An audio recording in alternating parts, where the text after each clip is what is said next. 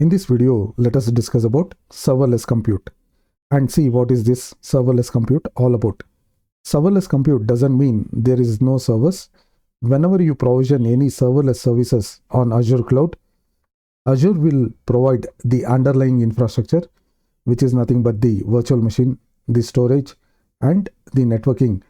These underlying components will provide the serverless services, the compute power, memory, storage space, and networking. For example, if I choose web application or web app as the serverless services, the underlying infrastructure will be provisioned and managed by Azure because this is a platform as a service. Whether it is a server-based application or serverless application, you require three main important components, which is compute, storage, and networking. These are the three main important components which are required to run any server-based or serverless application.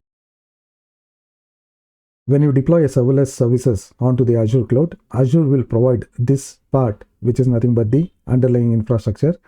The developer or the end user should not concern about the platform on which it is running. Azure will provide the platform and also it will provide the runtime for the application. So the developer will write a code for the application. It can be .NET application, Java based application, or Python, Ruby based application. He will write the code for the application and the runtime for that application will be provided by Azure. So the developer will choose the preferred language to write the code. It can be Java code or Python code. He will deploy that code onto the Azure Serverless Services, which can be web application. Once he deploys that code, Azure will provide the runtime.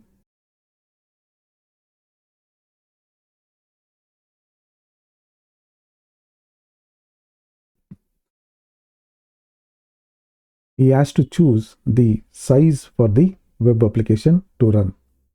Size is nothing but the underlying infrastructure for the web application to run. It is compute, memory, storage, and networking part.